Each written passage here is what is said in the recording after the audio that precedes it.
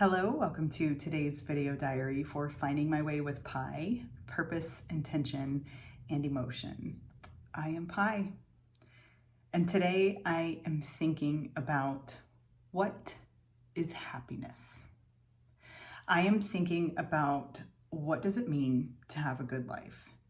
And I'm reminded, based on conversations with others who I care about, as well as just seeing some of what's happening in our society right now, that there's a misconception about what happiness is. This has been a debate going on since ancient Greek philosophers and beyond.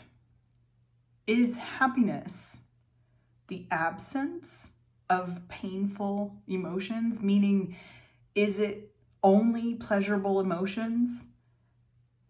I fear that that is the definition too many people in our culture expect today. And this inevitably sets everyone up for deeper and worsening levels of unhappiness, because life, by definition, cannot be absent of painful things. And oftentimes, out of painful things come good things like empathy and justice, caring for others, improving well-being. If you've ever seen the movie Inside Out by Pixar, produced by Pixar, it's amazing. I won't give away the whole thing, but I would highly recommend you watch it, because in such an amazing way, it depicts how joy and sadness are interdependent, interconnected. And we truly can't have one without the other. Now, am I advocating for difficult things in people's lives? No. I don't believe things always happen for the best. I've lived through some serious traumas, and I don't like them, and I wouldn't wish them on anyone. But I do believe we can make the best of some pretty shitty situations. Should we go straight to that when we're in the middle of a terrible situation? Maybe not. I think we need to be able to feel what we're feeling. I think all emotions are fair and many times appropriate. Yet, if we live in this narrative that says we can't feel negative emotions, or that if someone we love is feeling negative emotions, then something's wrong and we've got to fix it. If we live in that narrative, we are offering more suffering. One, because we're resisting reality.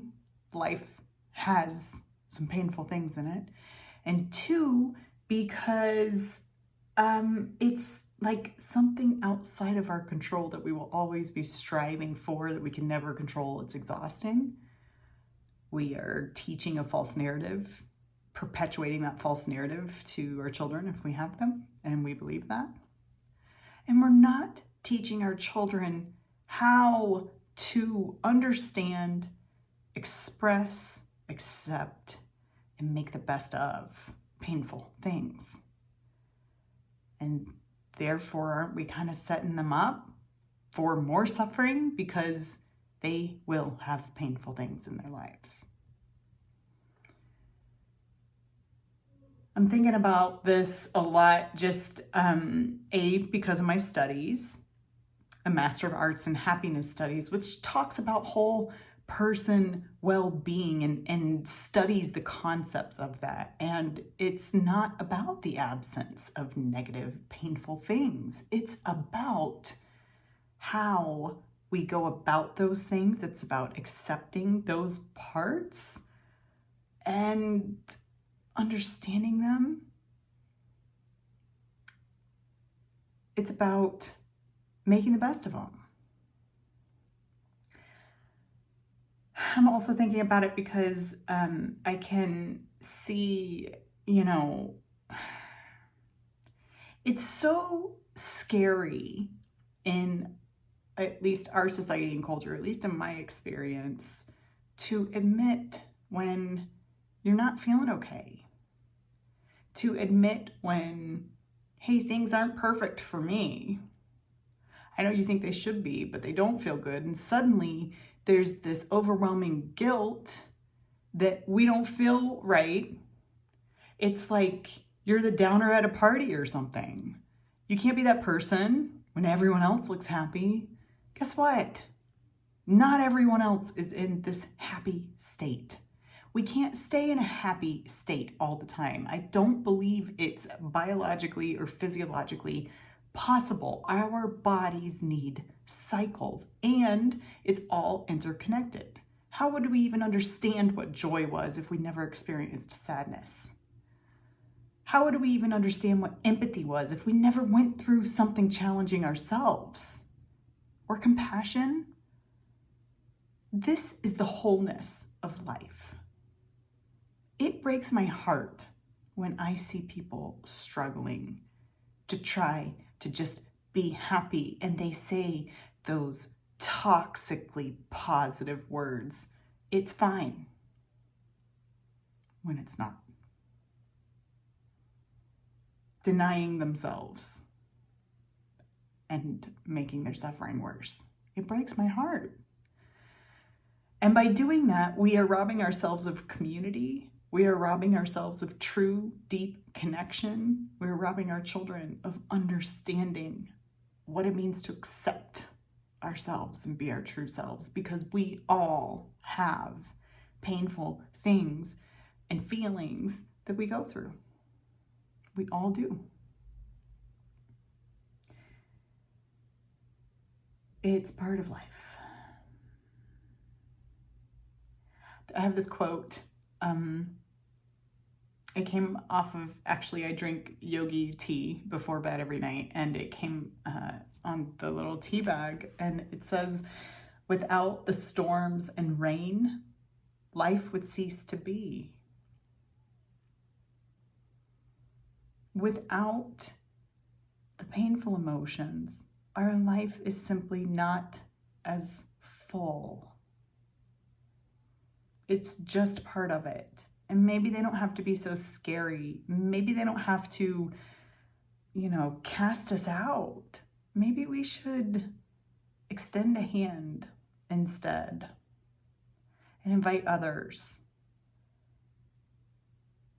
to be vulnerable with us. It's not for pity. It's not to be, a victim or to get anything. It's just, hey, I'm human also. And I see you. I know you're human too. We can do it together. Pie is fired up today. I feel so passionately about this based on my own life experience, based on mentoring women, based on discussions I've had with multiple people, based on the suffering I see from people I love who are trying so hard not to have painful things go on in their lives, or to not deny that painful things are happening or that they feel awful about them. And it makes it worse. It makes it worse. It amplifies the suffering. And when we do it together, it divides the suffering. We share the load. And it actually cultivates deeper connections, because you realize you are not alone, and you realize that there is a way to successfully come through this. And we all need that in our lives.